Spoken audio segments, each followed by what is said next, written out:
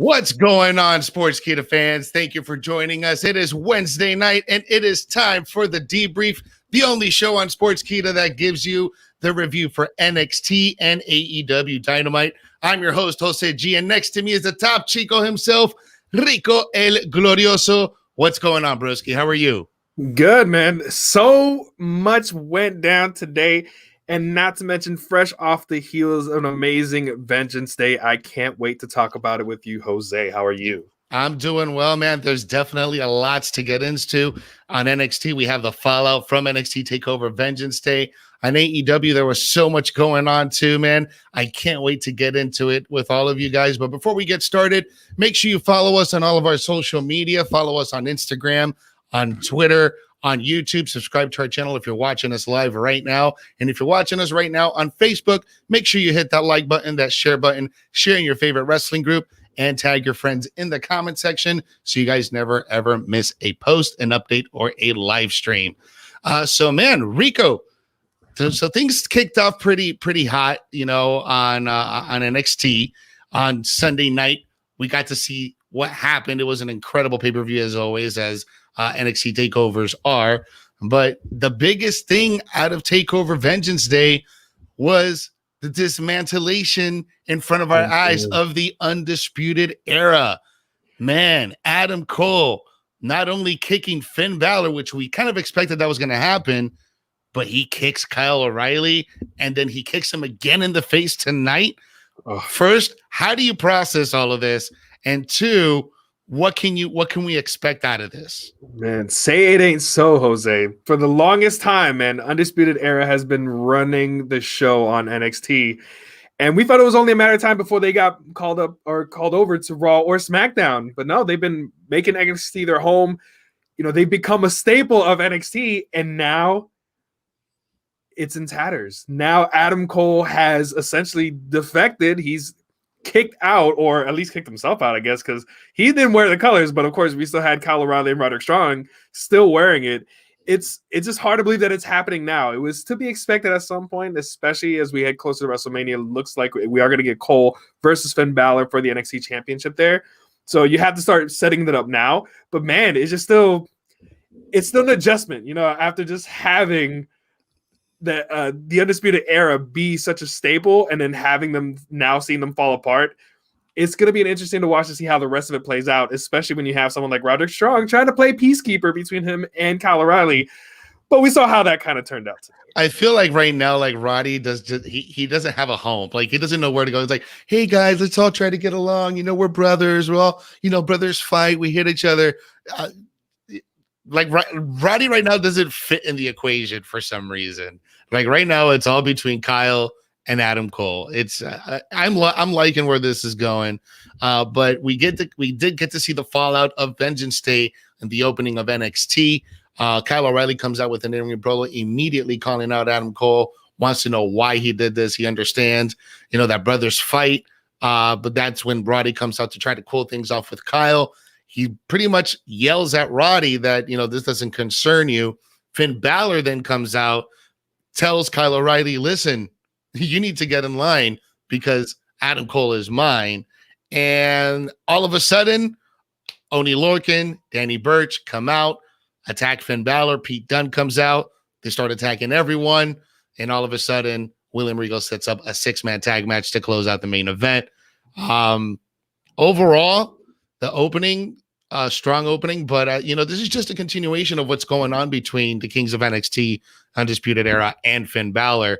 Now the dismantlation or dismantlement, or however you want to say it, of the Undisputed Era.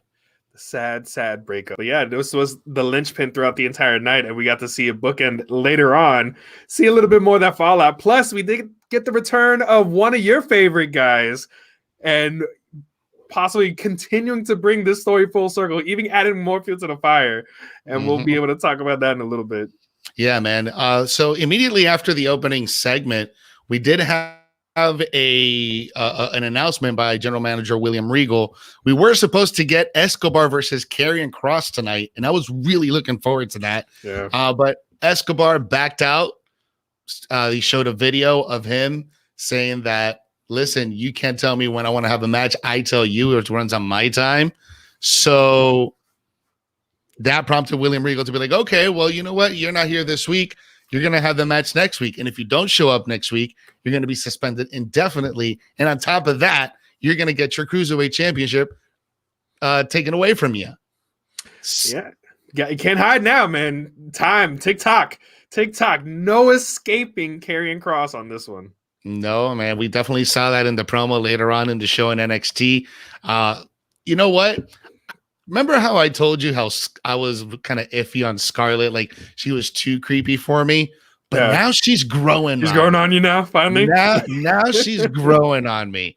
I was a little iffy about her, but now it's really meshing together. And now that Karrion is definitely talking more in his promos, I like it.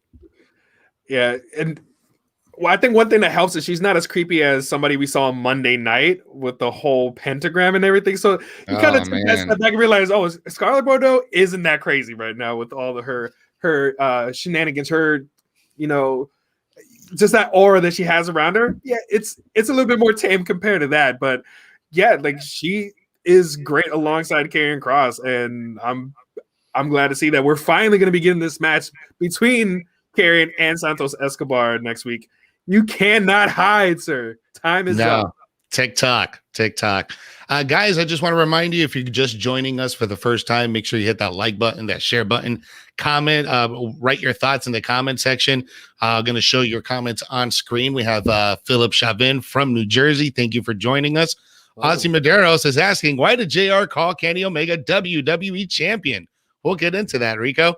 Kenny Rivera, Kenny the Penny, joining us from New York City. Thank you for joining us. Mario Cuoto, exploding barbed wire. I definitely want to talk about that AEW announcement at the end of the show, which was great. But keep your comments coming in, guys. We're going to be showing them on the show. We did get to see the first match of the night. It was a women's tag team matchup, Indy Hartwell and Candice LeRae versus Ember Moon and Shotzi Blackheart.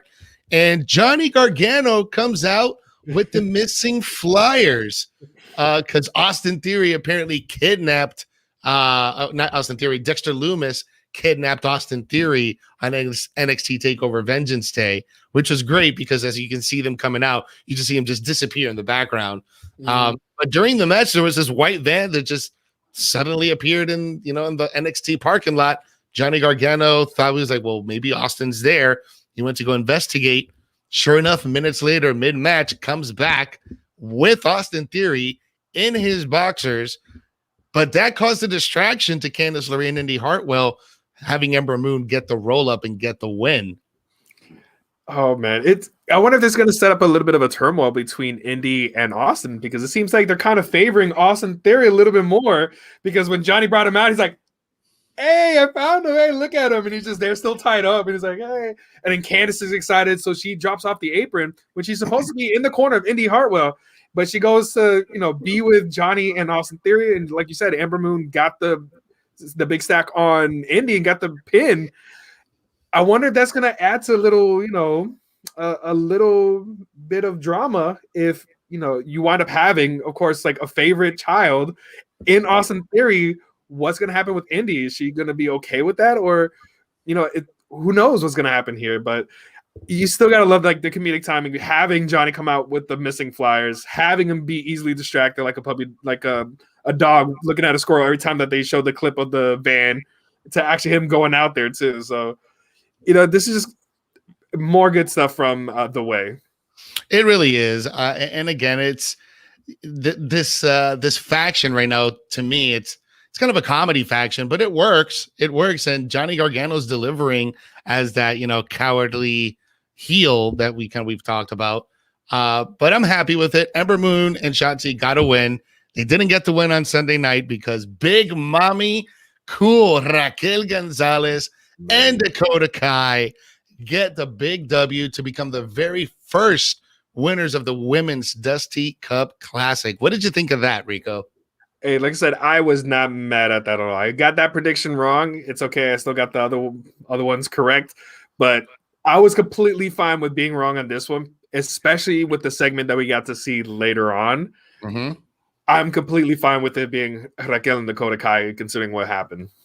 Oh yeah, absolutely. And since we're talking about the winners of the Dusty Cup, let's talk about that segment really quick. Let's jump forward just a smidge because there was a segment where Beth Phoenix was presenting the winners of the Dusty Classic, respective for the men's and the women's, presenting the Dusty Classic Cup trophy to both winners. First, they presented it to MSK. MSK was just like in awe. Then they presented it to Raquel and Dakota. Then we got to see the current WWE Women's Tag Team Champions, Shayna Baszler and Nia Jax, make their way to the Capitol Wrestling Center to face the winners of the Dusty Classics. And man, the tension between Nia and Raquel, dude, you can cut that with a knife. I want to see that. That is a money-making match, bro. This was a really pleasant surprise to have the women's tag team champions show up on NXT and face off against Raquel and Dakota, and then have that exchange and just having that exchange between Shayna. Remember, Shayna is the one that did lay out Dakota Kai for a little bit when she attacked her arm when she was still a babyface. But of course, Dakota Kai fighting back like, I'm not the same person that I was anymore. Which is I'm true. ready to kick your head off. But then that face off between Nia and Raquel, when Nia's talking about how she got to meet, she actually got to work with Dusty when he was there in NXT, and that, she was she was the most dominant woman that he's ever seen. And then Raquel goes, God rest his soul, but he never met me. Dude, I got goosebumps when she said that, bro. Dude, I love Raquel Gonzalez, and not because she only shares my namesake, but dude, she has grown so much in the last 2 years as a performer that superstar all day, every day, superstar. I can't wait till she gets into the main roster because she's going to be a force to be reckoned with. And I don't think she'd be able to pull and give her a single arm power bomb to Nia Jax, but maybe if she's on the top rope, maybe she can assist it. But still, I want to see it. And of course, she had to get one little dig in there with a nice little reference, one holy reference there. But one thing that I did like about it, like, I know we consider kind of, you said Big Mommy cool, like very much like Diesel, but she really gave a lot of her, the interaction here. It really came off kind of like Razor Ramon, especially with like the bilingual and like using chica and like adding in that little flavor of Spanish. I loved it, but to me, it just made it seem even more cool. So yeah, absolutely. All right, man. We're gonna see what in 2 weeks already. This is how they're counter programming the Go Home for Revolution. Man, it's in 2 weeks. It's gonna be so hard to focus on either one of these shows because there's gonna be so much happening. There's gonna be a lot. There's going to be a lot on March the 3rd. But reading some of your guys' comments, Philip Chavin, he's saying, nice to see Nia and Shane on NXT tonight. Donald Cabral is saying, overproduces to write off Moxley while child is born. We'll talk about Moxley later. Yeah. Let's see here. Ozzy Maduros. Long as Nia doesn't hurt her butt. And one more by Danny Cabral. NXT was so much better than AEW. And that's subjective to you guys. Our mission here, guys, is to deliver the facts on what happened on each show and kind of give you our take on what happened on both shows. But we did get to see the return to NXT. Pat McAfee making his return with a little promo, pretty much gloating on what went down on NXT TakeOver Vengeance Day with Adam Cole turning on Kyle O'Reilly. Pretty much this started immediately after Vengeance Day on Sunday night, when Pat McAfee was telling the entire internet wrestling community, I told you so. I knew. I wasn't surprised that this was going to happen. He's a scumbag. Hashtag Pat was right. He reiterated his message tonight on NXT. And again, he is accepting apologies. So Rico, you better get your apology into Twitter tonight and use the hashtag Pat was right. He was there.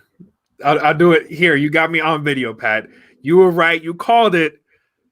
Adam, he's a bit of a douche right now, attacking his boys. So he was right before before War Games. Douche isn't the word. Scumbag. Scumbag. That is the word that Pat McAfee said. Scumbag. But it looks like another king of NXT, might be making his return sooner rather than later. I know you're excited for this, Jose. Oh, absolutely. Back in NXT. Yeah, he's the best thing to happen to NXT since ever. Man, but let's move over to a backstage promo. We did have a backstage promo involving Kushida. Kushida was not successful in gaining the NXT North American Championship against Johnny Gargano on Sunday. And it was a hell of a match. There was certain moments that I thought Kushida was definitely going to get that W and become the new NA champion. But Gargano, man, Johnny Takeover was able to retain his championship. And Michael Bivens kind of shows up in the backstage promo and gives Kushida props on what he did on Sunday. But he also suggested, was like, listen, you should have a match tonight. And I got the perfect opponent for you, referring to Tyler Rust. So Tyler Rust and Kushida faced off later in the night. And Kushida wins with a hoverboard armbar. But Bivens stops the match, protecting his investment on Tyler Rust. It's smart. I mean, you saw what could possibly have happened with Kushida and Johnny, and you saw all the injury, basically all the damage that Johnny took to his arm during his match, possibly almost breaking it before it even happened. And of course, Johnny being a power walker and needing a wheelchair. You don't want that kind of thing to happen to your client in Tyler Rust. So as a manager, I get it. It makes sense, and it's good for the character to show that he is that invested in Tyler Rust that he's going to protect him. He's going to make sure that he is going to have a long future in NXT. You don't want him getting injured, especially in the hands of a submission specialist like Kushida.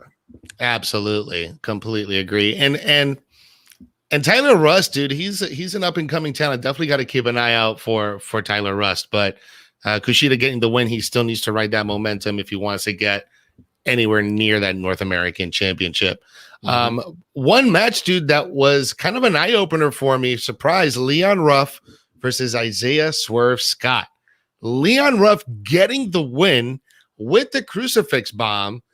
And I was just as surprised as Swerve was surprised, because I did not it was like the same time when Ruff pinned Gargano. I did not expect that to happen.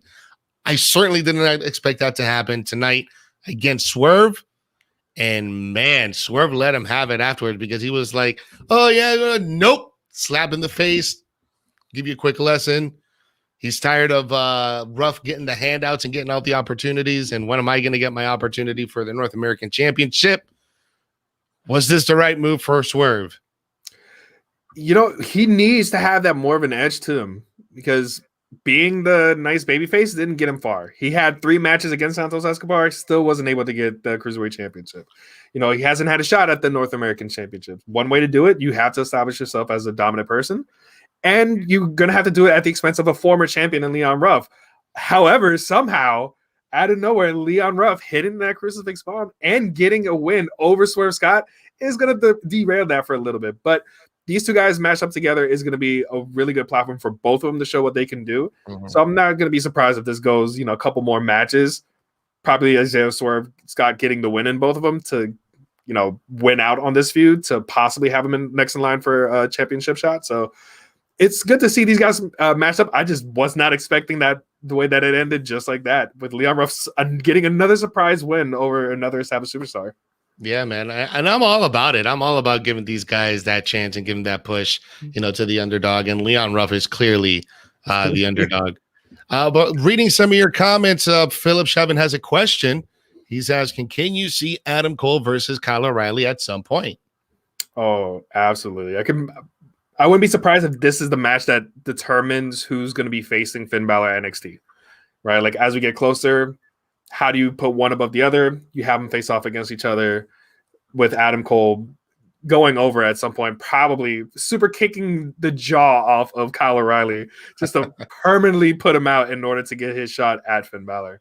I just think Kyle O'Reilly is just going to have Adam Cole's footprint scarred on his face for the rest of. He's already gotten 2. If he gets another 3, he's definitely going to have scars on his face for the rest of his life. Anthony Bruno on our YouTube channel is commenting, Sportskeeda has the best interviewers. Thank you guys for interviewing me this year at the homecoming game, Beth Center Bulldogs and Washington High Prexies football. Thank you, Rico Chino and Jose G and Rico. You're welcome, Anthony. Welcome, brother. You're very, very welcome. All right, man. So moving on to the next match that we had, we did see a matchup, a tag team match with Casey Catanzaro and Caden Carter. I didn't get the name of the tag teams that were going up against. Did you get the names on that?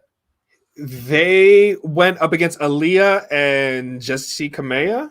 Okay, them two. Okay, Yeah, so essentially the Robert Stone brand girls. Yeah. Okay, Robert Stone brand girls. Okay, well, that it went real quick because Casey and Caden got the win. But the whole point of this match was to kind of continue the storyline with Xia Li and Jin Shah from last week. As you guys remember, last week Xia Li just showed a whole different depth to her character, and we got even an origin story from Tian Sha. This week, Xia Li comes out, and it looks like at one moment Caden was going to go and try to talk some sense to her, but Casey was like, "No, I got this." Casey gets in Xia Li's face, and then Xia Li just grabs her arm, puts a mark on her hand, and says she's going to challenge her next week for a matchup. Oh man, she's about to get Casey's not ready for Xia right now. And I said this last week. Xia Li, besides Karrion Kross, is the best. Well, and also Cameron Grimes is the best character right now. But this character just has so much layers to it. Like it even has an origin story. There's nobody else that has an origin story on NXT. No, with the animated version too, so they added even more to it to tell it. And yeah, and now we actually have official name for it. So like Tian Sha was the before the transformation. Now it's Mei Ying. So that's that's who the commentary and even Caden Carter in the pre-match promo called it out. She's like, "Oh yeah, whatever you call Mei Ying." So it looks like I guess that's the official name of that person that was on the chair. Okay. But again, there's still so many layers that we're still learning, and we're gonna see it more and more as these weeks go on. And just the same way that we saw Mei Ying put the mark on Xia Li, like before she went through the transformation. Now we're seeing Xia Li do that to Casey Catanzaro. So, man, next week is gonna be a rough outing for Casey. It really is. Hey man, but you know who had the best outing of the weekend? The hottest music video WWE released this weekend. Cameron Grimes stacking money. Stacking money. Stacking money. To the moon. Oh, so great. Cameron Grimes used to annoy the hell out of me, but now I just can't get enough of him. And he has so much money now that he wrecked his white Lamborghini, and now he says he's got to go buy another one. Oh, man, it happens when you got money like that, Looks like the Cameron Grimes stock is not falling anytime soon, man. Now, on Sunday night, we did get to see a big surprise of this one superstar that you and I have had the pleasure of interviewing in the past. Yes, we have. If you guys have followed us throughout the years, we've interviewed tons of superstars. We've interviewed the artist the wrestler formerly known as Eli Drake, making his NXT debut as L.A. Knight. And he had a message for the entire NXT roster that it doesn't matter if it's the North American Championship, the NXT Championship, everybody's on notice. Mm-hmm. And man, I am excited because it is LA Knight's NXT now. This is just a good story of, again, being in NXT too early and not being ready, and then going off and being somewhere else and developing your craft and developing your talent like he did in TNA and Impact. And now he comes back with all these tools and having such a great promo ability. I'm very excited to see what LA Knight and not Eli Drake can bring to NXT. Because, of course, there's not already some really great talent there already. Go ahead and add in another one that can drop some killer promos. Just keep adding to this wonderful pool of talent that is in NXT. I'm all for it. Oh, dude. Yes. I can't even wait. And especially, and I just mark out because I'm a fan of Eli Drake, but the fact that, we've met him a few times, we've interviewed him, we've hung out with him. So it's always great to see people that, personally, on the big stage, man. I'm so happy for Eli that he's getting this opportunity again. Can't wait to see some of them. But another person that debuted this week on NXT, you guys may not know who she is. Right? She's going by the WWE name of Zoe Stark, but in the indies, she's known as Lacey Ryan. And she made a hell of a debut tonight, man, with that flipping GTS. What was that? Man, I'm gonna have to go back and watch it because I was trying to watch between two things and I saw just her out of nowhere just picking up the win. I'm like, wait, did she just what did she just do? I didn't have a chance to go back and watch. I'm gonna have to go back and really watch her because I didn't get to watch her match entirely. I think this was the same time that the women's match was going on. So I'm gonna have to go back and check out this Zoe Stark, man. Because if they're pushing somebody like that, somebody to look out for. Yeah, Zoe Stark had an impressive debut tonight on NXT. Definitely watch some of her stuff and definitely one to watch out for. The main event for tonight, though, we did have a 6-man tag team match. Pete Dunne, Oney Lorcan, and Danny Burch versus the current NXT champion Finn Balor, Roderick Strong, and Kyle O'Reilly. And so much shenanigans in this main event, man. The referee gets knocked out twice. Adam Cole pushes off Finn Balor, kicks Kyle O'Reilly in the face again. Pete Dunne hits the bitter end on Finn Balor. Then Adam Cole comes in and kicks Finn Balor again in the face just to raise the title. Man, so much going on at that ending segment. So many super kicks, man. It was like Oprah Winfrey just throwing out super kicks. You get a super kick. You get a super kick. Everybody gets a super kick except for Kyle O'Reilly. He gets an additional suplex on top of the ring steps on the outside because, of course, like he hasn't already, been kicked around enough. But man, and even Paul Roddy, as he was coming back into the ring, and this is right before that Finn Balor got hit with the bitter end, like he was checking up on Finn Balor, and Finn, without thinking about it, just hits him with the Pele. So all these guys, all the members, Roderick Strong and Kyle O'Reilly, getting hit from all sides. Oh man! And then these guys just think the Kings of NXT just take the opportunity, get the win in the 6-man tag match, and then Adam Cole once again just laying out the NXT champion, adding more fuel to that fire that we're going to be getting that match much sooner rather than later. Oh yeah, absolutely. I wouldn't be surprised if we see a triple threat. If we see Kyle O'Reilly, Finn Balor, and Adam Cole. I'm fine with that too. Because I have a very strong feeling this is where it's going. But that's just me. I wouldn't be mad at it, Jose. I wouldn't be mad. Guys, well, thanks. I want to thank you guys for joining us. Make sure you hit that like button, that share button.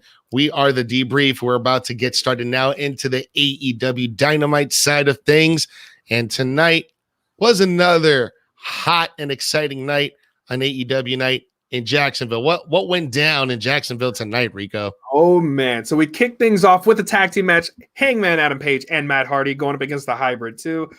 Again, the solid match between 4 talented guys. One bad spot though. Unfortunately, Jack Evans goes for a Phoenix Splash, but Matt was a little too far away from him, so it looked so awkward. Like it looked like one of those like when Brock hit the shooting star press but missed for Angle and like kind of reach for him kind of thing. It just he landed, but it was just like so far away that it looked weird that he just tried to put a hand like, oh, he didn't get all of them. Man, it didn't look clean. However, of course, towards the end of the match, Hangman hits a double buckshot lariat onto both Jack Evans and Angelico. Matt Hardy hits the twist of fate to get the win. But it was all about after the match where he refers back to last week when they were at the bar and he had Hangman Adam Page sign a contract saying, oh, yeah, we're going to have a match. Oh, it's going to be great. We're going to get money. And I'm going to get so much more money because I'm getting 30% of whatever you make. And he's, hold on. I had some good friends tell me I should keep some extra papers in my jacket. And he brings out Jackson DeVille, the mascot from my Jacksonville Jaguars, comes out, hands him the contract, and Matt Hardy reads says, oh, it's actually a contract for a match. Oh, a match at Revolution. And if I lose, all of my earnings from Q1 go to Hangman Adam Page. So Hangman got the swerve on him. But Matt, Big Money Matt, he's not going to be taken for a fool. So he convinces Hangman, well, I agreed to the match. I signed the contract, but you're a man of honor. You should put something up too. You should put your money. So Hangman agrees. So we have a big money match, at Revolution between Matt Hardy and Hangman Adam Page. Jackson DeVille attacks Hangman. It turns out to be Isaiah Cassidy. So not only is he beating down on Hangman and Page, Matt tells Hybrid 2 that, I'll pay you guys $37,000 if you beat up Adam Page. So they all start attacking. But the Dark Order, again, the ex-girlfriend out to make the save. Dark Order comes out. They make the save to Hangman with -1 has his own mask now with the -1, which looked really cool. So it looks like we still are not done with the Dark Order. Still trying to court Hangman on the side. So does this mean that the Dark Order is a babyface faction now? Yeah. They've made that twist, man. They made that turn from BTE. These guys got over, and now they're baby faces. That's crazy, man. But speaking of a group of not baby faces, we did have the Inner Circle being interviewed by Alex Marvez in the back ahead of Pride and Powerful's tag match. It's hard to believe they've been there for 18 months, and not once did Proud and Powerful have a tag team championship match. That's disgraceful. Like, how are you going to be one of the top tag teams in the world? Because they are in the world, and you haven't even had one opportunity for those AEW tag titles. That's a disgrace. Yeah, they need to really focus more on Santana Ortiz. These guys are immensely talented. We see that a little later. But I do love how Jericho happens to sort of break that fourth wall, because as MJF is talking about all the things that Sammy did, he tells him, no, MJF, we all saw Dynamite from last week. We know what really happened. So it's not like there was a hidden camera or anything. Like, no, we watched the show afterwards. We know what you try to do, but I'm still mad at Sammy. I'm mad at you, but I'm even more mad at Sammy because he made the stupid decision of quitting, and now Sammy is dead. Dead. You're dead. But this leads into the second match of round 1 on the USA bracket of the Women's World Championship Eliminator Tournament. Before you get into all of that, dude, I saw some of the clips that they were showing of the matches that they had in Japan. The Japanese ones? Yeah. Whoa. I have to go back to YouTube and watch them, man, because they all looked like they'd be really good. Mm-hmm. So before they got into the match of Serena Deeb versus Rio, they actually did announce the winners of the Japanese side of the bracket, where we had Yuka Sakazaki, Emi Sakura, Rio Mizunami, and Aja Kong all advance, and they're going to be facing each other respectively on the semi side of the Japan side. I think they're going to be broadcasting that on Monday as well as the other round 1 matches for the US bracket, which would be Dr. Britt Baker DMD versus Anna Jay, and Ty Conti versus Nyla Rose. So those are going to be on AEW's YouTube page on Monday. But for this match, it was nice to see Riho back. I think they said 11 months that she has been out of action in AEW. And it's been that long? It's been that long. Wow. And she got the win. Riho pinned the NWA Women's Champion, Serena Deeb. I'm sorry. Still pushing Riho. I'm sorry. Like this. I don't want to be. All that. I'm sorry, but I don't want to be Mr. Negative right now, but I have to be, because putting Riho over Serena Deeb, seriously, that for me, that's not convincing. It's not convincing at all.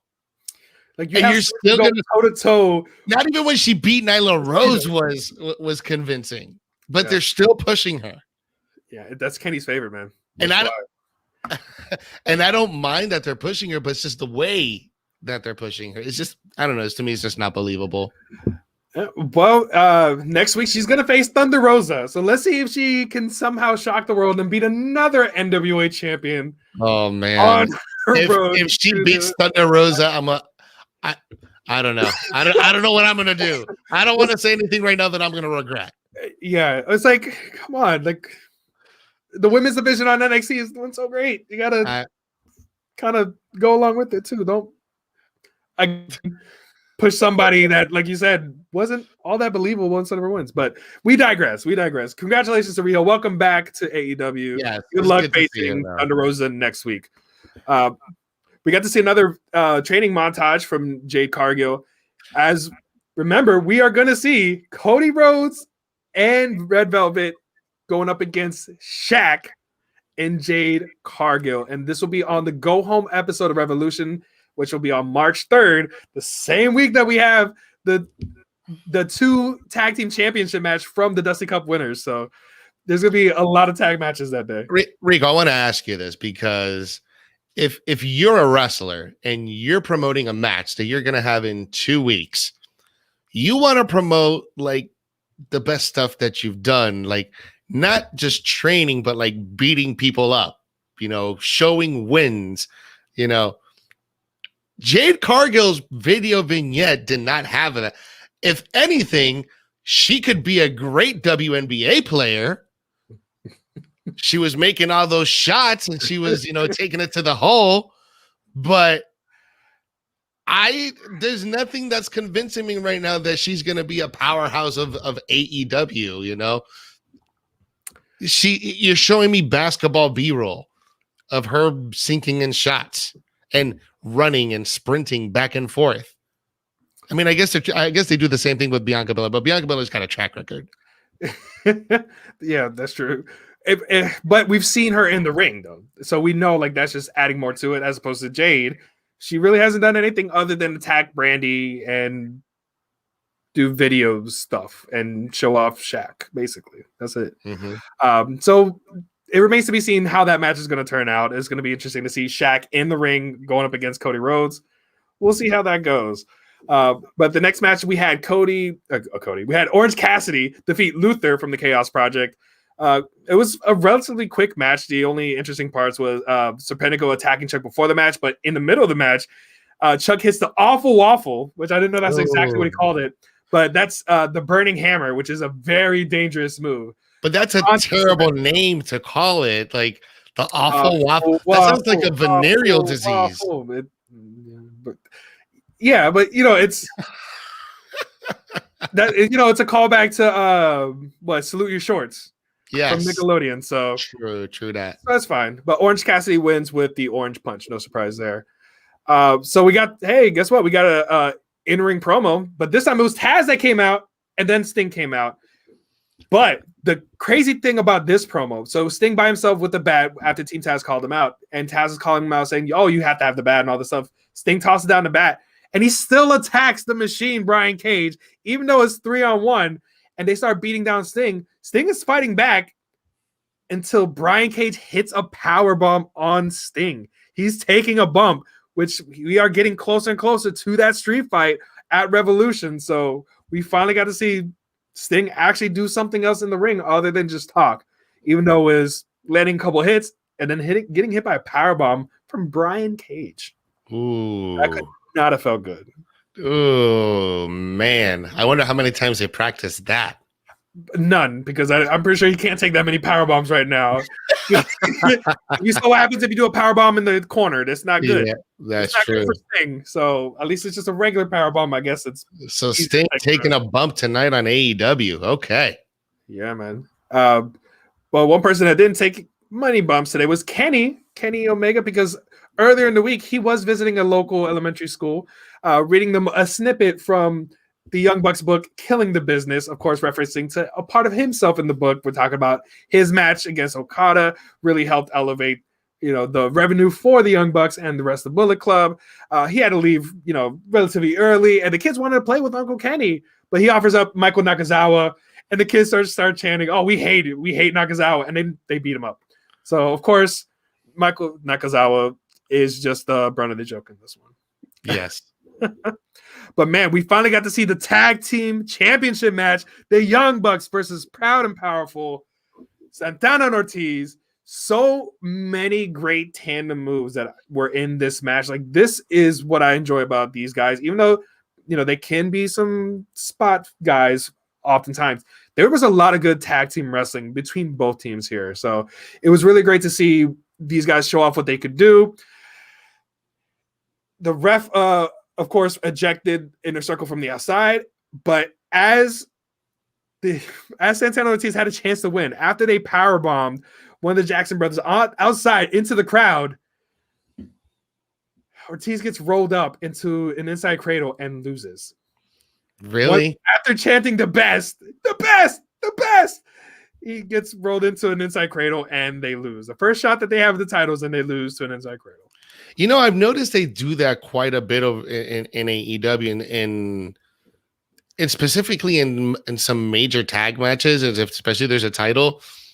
They could be a spot fest. It could be a technical masterpiece, and it ends with a effing pin. With a simple wrestling maneuver. It's kind of annoying, but yet at the same time, it's a change in pace. Yeah, it's a change in pace. And it's like, oh, they caught him off guard. Storytelling. Yeah, but it's like we want to see that big spot from these guys. And then we got to see an inside cradle for the win. However, after the match, the rest of Inner Circle come back out to beat down on the Young Bucks. And we had Kenny, Don Callis, and the Good Brothers watching backstage. Not really doing it. Oh, should we go out? I don't know. Should we go help him out? Then and it comes back into the ring. The Good Brothers finally come out, but they don't do much. They just kind of scare away the Inner Circle. They don't attack anybody. Inner Circle goes out to the outside. And Chris Jericho gets into the face of Papa Buck, who happened to be there at ringside. So, of course, this is adding a little bit more fuel to the fire because at Revolution, we are going to get the Young Bucks putting up their AEW Tag Team Championships against Jericho and MJF. That should so be that's good. Going to be another good match because, but whether we're going to be down, we did have Jericho put in. They kept calling it the Lion Tamer, but that was the Walls of Jericho. Lion Tamer is when he's lifted side. It's different. That and the Salt of the Earth, having the Young Bucks tap out. So we'll see what happens on the Go Home show because I don't want to do my prediction on that yet. The math right now is leaning towards the Young Bucks, but it's going to be harder to predict what happens over the next couple weeks. But we did get some amazing news tonight, Jose. Yes, I did see that. So not burning down any trees or any forests in California for this. Brandy Rose had a promo video where she said, you know what, because of how like AEW is like family, they decided that they're going to be doing their gender reveal live. She couldn't tell Cody because Cody can't keep his mouth shut. So they come out to the ring, Cody and Brandy Rhodes, do the pyro, and boom, it's a girl. Congratulations, Cody Rhodes and Brandy Rhodes having a girl. Another girl, Jose. You mentioned it earlier in our text. Man. It's something in the water, bro. There's a saying in Spanish, se jodió. He's got a baby girl, man. It's going to be a beautiful baby girl, too. It's definitely going to be a beautiful baby girl. But yeah, Cody's having a baby girl. Mox is having a baby girl. Seth Rollins had a baby girl. So, man. Women's wrestling is going to blow up even more in 18 years. I'm telling you. Call it right now. Man. Yeah, I could only imagine like the female version of the Shield there. Right? Yeah. Create the female version of the Shield and like somehow another female Four Horsemen, like a second generation of it. There's going to be so many talented people, especially with these guys and these like the lineage that they're coming from.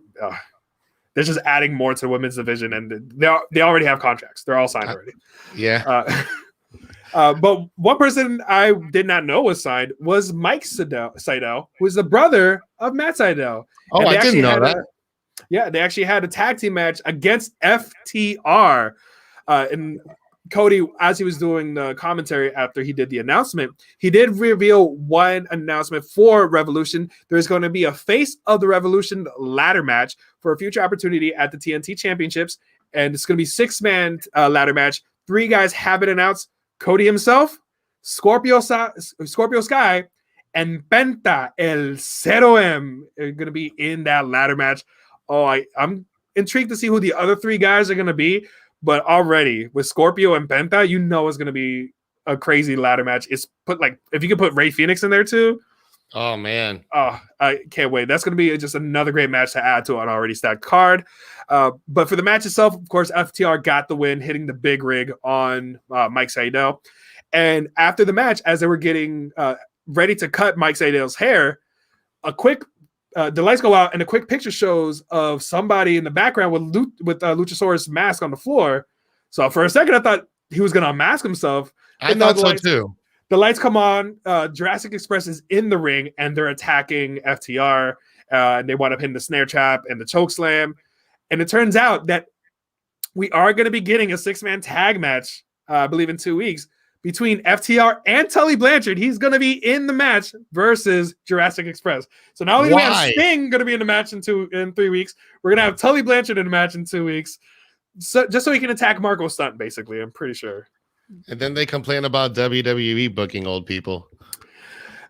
Yeah. So well, when I say they, like Pat McAfee says, you, the internet wrestling community. Yes, the universal you.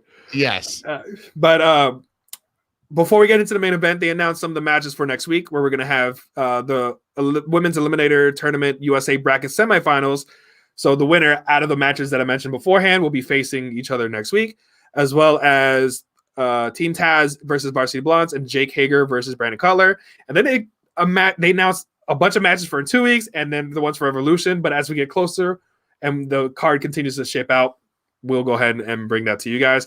But man, not only do we have a 6-man tag match in NXT, we had one here to close out AEW, where we had Eddie Kingston, the Butcher, and the Blade going up against Jon Moxley, Lance Archer, and Rey Fénix.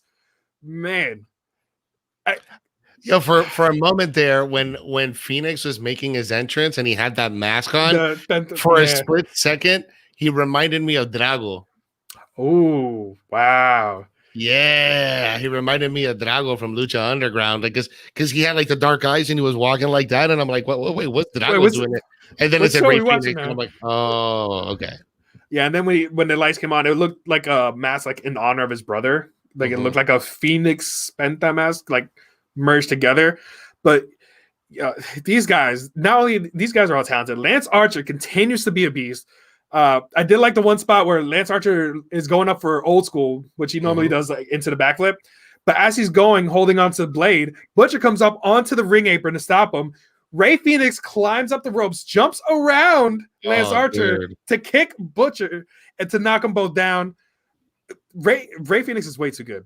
But the work between both of them is funny because as they had Butcher and the Blade on the outside, they're both on the apron. Lance Archer tells Rey Fénix to come at him because Rey's about to do a splash. Like, okay. He goes over. Lance Archer grabs him in a choke slam, lifts him up, and then throws him at Butcher and the Blade. And in that same momentum, Rey twists and hits a corkscrew splash onto both Butcher and the Blade. I can't say enough good things about Rey Fénix. He is one of the best in the world at what they do. But of course, it all boils down at the end. Everybody starts hitting everybody's moves. Everybody starts going crazy. Eddie Kingston winds up for that back fist so hard, swings, misses, gets hit with the paradigm shift. Unfortunately, all these loose ends that he's trying to tie up because of the promo he cut earlier with all the beef that he has with Lance, with Rey, with Jon Moxley, ends in a losing effort. Sorry. But after the match, out come the Good Brothers laying out Jon Moxley. Out comes Kenny Omega. And he tells him, hey, I was reading the contract. It turns out, yeah, you snuck in the rematch clause in there. And that's fine. I'm going to go ahead and accept the rematch. And we can even have that rematch in Revolution. But I'm going to make the stipulation. He said it's going to be an exploding barbed wire match. And I don't know if he said it wrong because the commentaries kept adding stuff to it.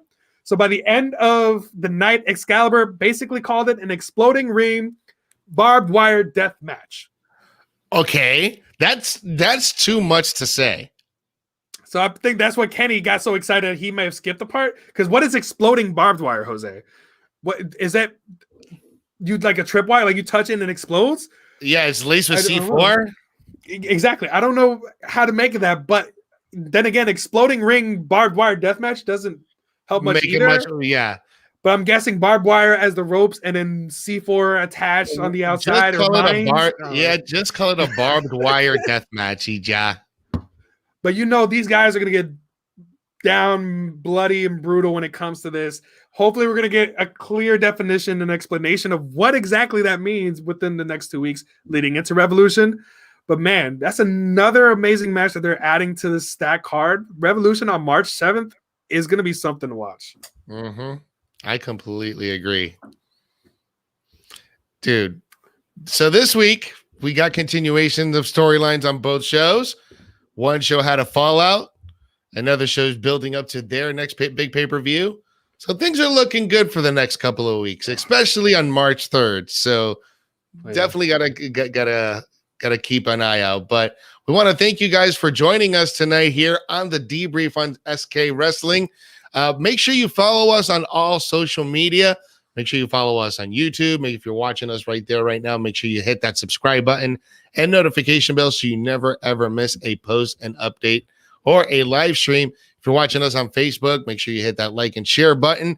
And if you follow us on Instagram, that way you stay up to date in the most up to date news stories in the world of wrestling. So yeah, thank you so much for joining us. Let me take this out and put this back in. So for Rico El Glorioso, I'm Jose G. We'll be back next Wednesday for another episode of the Debrief here on SK Wrestling. So that's it. Good night, guys.